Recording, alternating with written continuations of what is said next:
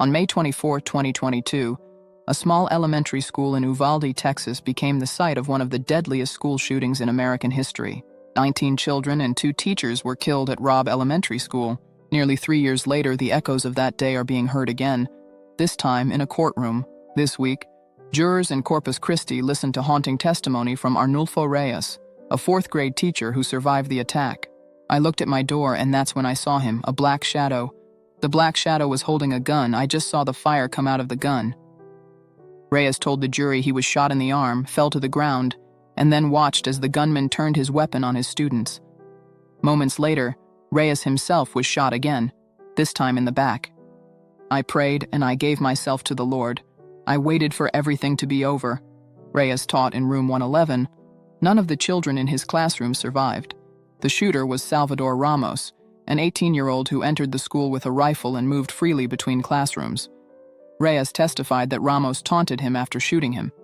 More than 370 law enforcement officers from local, state, and federal agencies eventually responded to the scene. But it would take over an hour before a tactical team entered the classroom and killed the gunman. One of the first officers to arrive was Adrian Gonzalez, a Uvalde Schools police officer. Prosecutors say Gonzalez failed to follow his active shooter training. They allege he did not attempt to engage or distract the gunman while he was still outside the school, and later retreated with other officers after encountering gunfire inside. Gonzalez has pleaded not guilty to 29 counts of child abandonment or endangerment. The trial is narrowly focused on his actions during the first critical minutes of the attack. Jurors have heard emergency 911 calls, listened to teachers describe hiding with terrified children, and seen graphic images from inside the classrooms. Prosecutors emphasized that some students were alive long enough to call 911 from inside the room where the gunman was present.